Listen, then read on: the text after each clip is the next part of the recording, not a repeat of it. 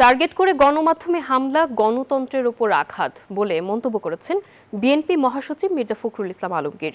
তিনি বলেন, রুখতে হবে এমন অশুভ শক্তির তৎপরতা।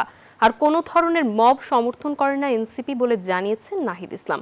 মব সন্ত্রাসের সাথে সরকারের একটি অংশের প্রশ্রয় থাকতে পারে বলেও ধারণা রাজনীতিবিদদের। এবং বিভিন্ন সংগঠনের মব ভায়োলেন্সে আক্রান্ত বাংলাদেশ।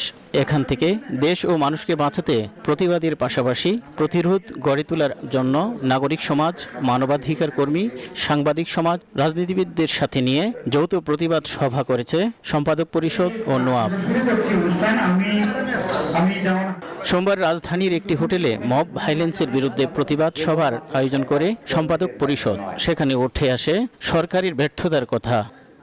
মধ্যযুগ কায়দায় আগুন চারপাশ থেকে আগুন লাগিয়ে যাদের সঙ্গে তাদের মতান্তর তৈরি হয় তাদেরকে পুড়িয়ে হত্যা করা, এইটা পৃথিবীর কোন সমাজ যদি সহ্য করে, যদি সেটা এগিয়ে যেতে দেয়, তার বিরুদ্ধে যদি মাথা উঁচু করে না দাঁড়ায়, শুধুমাত্র সংগঠনগুলি ধ্বংস হবে তা নয়, গোটা সমাজ ব্যবস্থা, সমাজের উন্নতির সমস্ত সম্ভাবনা রুদ্ধ হবে বলে আমরা বিশ্বাস করি। They didn't only want to burn the building, they wanted to murder the staff of Daily Star.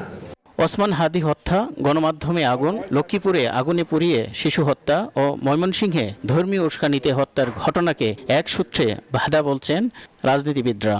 আজকে ডেইলি স্টার নয়, প্রথম আলো নয়, আজকে গণতন্ত্রের উপর আঘাত এসেছে। আমার স্বাধীনভাবে চিন্তা করার যে অধিকার, আমার কথা বলার যে অধিকার, তাতে আবার আঘাত এসেছে। জুলাই যুদ্ধের উপর আঘাত এসেছে। এখন যেটা হচ্ছে, এটা সম্পূর্ণভাবে পরিকল্পিত অপরাধ হচ্ছে এবং এটা পুরো দেশের রাজনীতি, নির্বাচন, সেটাকে একদিকে নিয়ে যাওয়ার জন্য এই পরিকল্পনা চক্রান্ত। এ সময় মব সন্ত্রাসের বিরুদ্ধে প্রতিবাদ জানান পেশাজীবী সমাজের প্রতিনিধিরাও। প্রতিবাদ শেষে মানববন্ধন করেন তারা। মোহাম্মদ কবির, নিউজ 24, ঢাকা।